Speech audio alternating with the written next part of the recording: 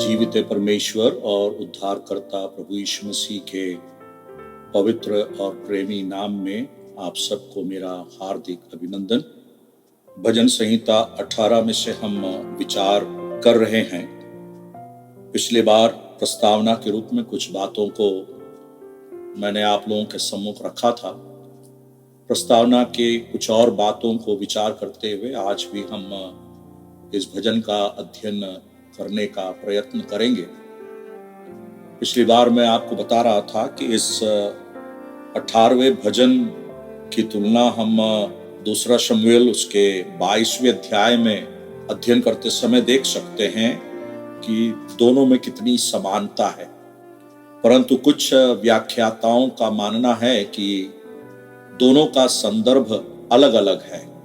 दूसरा शमूएल जो दाऊद ने रचा है या 22वें अध्याय में जो दाऊद ने गीत गाया है, उसका व्यक्तिगत धन्यवादित परमेश्वर के प्रति धन्यवाद की बात को वह प्रकट कर रहा है, परंतु भजन 18 में उसी गीत का अनुकरण है और वह उस समय जब पूरा इस्राएल गा रहा है और दाऊद के साथ परमेश्वर की विश्वास योग्यता और उस परिवार से राजदंड का न हटने की कामना करते हुए उस परिवार के प्रति अपनी निष्ठा को पूरा इज़राइल जो है वो प्रकट कर रहा है।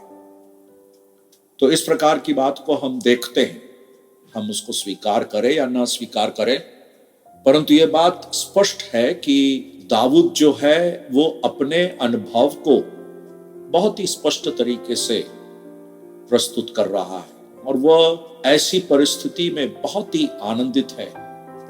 परमेश्वर पर उसका भरोसा, परमेश्वर की सामर्थ पर उसका भरोसा, परमेश्वर के प्रबंध पर उसका भरोसा, परमेश्वर के छुटकारे पर उसका भरोसा, परमेश्वर की विश्वास योग्यता पर उसका भरोसा। मेरे प्यारों, ये सारी बातें हम दाऊद के इस गीत में देख सकते हैं।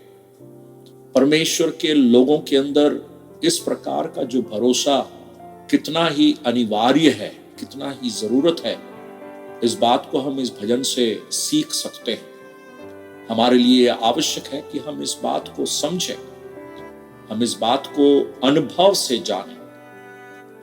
दाऊद जब दूसरा शमूएल उसके 22वें अध्याय में उसके 17वीं आयत में जब कहता है, उसने ऊपर से हाथ बढ़ाकर मुझे थाम लिया, या दूसरे शब्दों में उसका शाब्दिक अनुवाद करें तो कुछ इस प्रकार हो सकता है, उसने ऊपर से भेजा और मुझे स्वीकार कर लिया।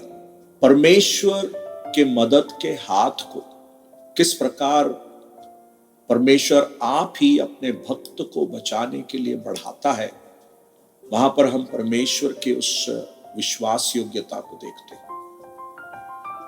परमेश्वर का प्रेम आज भी उसी प्रकार सिर्फ अपने भक्तों के लिए नहीं, परंतु संसार के सब लोगों के लिए प्रकट है। और इसलिए परमेश्वर ने अपना हाथ बढ़ाया जब उसने स्वयं मानव रूप लेकर इस संसार में उतर आने का विचार किया। और इसलिए हम उसके बारे में पढ़ते हैं कि परमेश्वर खुद स्वर्ग को नीचे झुकाकर उतर आया। हालांकि वो संदर्भ कुछ और है, परंतु यीशु मसीह के संसार में आने के उस बात को हम स्मरण कर सकते हैं। उसका इम्प्लीकेशन वहां पर हम देख सकते हैं, जहां पर मानव जाति को ढूंढता हुआ परमेश्वर उतर आया। क्यों उतर आया? ताकि उसे बचा ले। जिस प्रकार 100 भेड़े में से एक भेड़ खो गई तो चरवाहा उस खोए हुए एक भेड़ को ढूंढता हुआ गया, उसी प्रकार इस खोए हुए मनुष्य को ढूंढता हुआ परमेश्वर स्वर्ग झुकाकर नीचे उतर आया, मानव रूप धारण किया। और जिस प्रकार यीशु मसीह कहते हैं, लूका रचित सुसमाचार 19वें अध्याय के 10वीं आयत, मनुष्य का पुत्र खोए हुओं को ढूंढने और उनका उद्धार करने आया। और उस उद्धार के काम को यीशु मसीह ने उस क्रूस पर पूरा किया, जहां पर उसने अपना प्राण बलिदान कर दिया, गाड़ा गया और तीसरे दिन जी उठा, ताकि जो कोई उस पर विश्वास करे वह नाश ना हो परंतु अनंत जीवन पाए। उस प्रेमी परमेश्वर की कथा हम पूरे बाइबल में देखते हैं। परमेश्वर प्रेम है और आज भी हर पापी मनुष्य का उद्धार वह तैयार किया है पापी मनुष्य के लिए और वो उद्धार देता है। क्या आपने उस उद्धार को अनुभव किया? उस यीशु मसीह पर विश्वास करें और उस उद्धार को अनुभव करें। इस पूरे भजन का एक रूपरेखा मैंने तैयार किया है और उसके लिए एक शीर्षक भी दिया है। भजन 18 का शीर्षक कुछ इस प्रकार है, परिस्थितियों पर विजय का गीत, और उसको मैंने आयतों के अनुसार विभाजित किया है।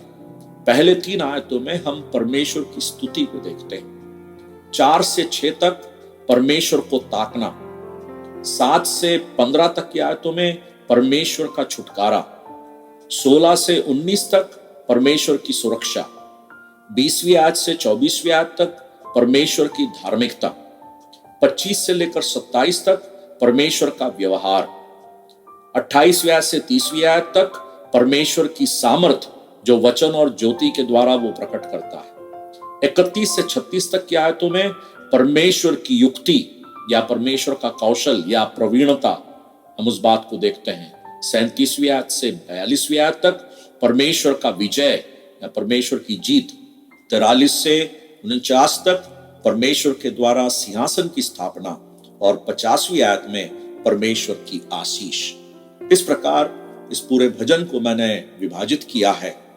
परमेश्वर हमारी सहायता करे कि इस वचन के या इस भजन के अध्ययन के द्वारा हम उन गहरी बातों को, सच्चाइयों को सीख पाए और उस वचन के अनुसार हम अपने जीवन को बिता पाए। परमेश्वर इस वचन को आशीषित करके दे। परमेश्वर के नाम की स्तुति हो।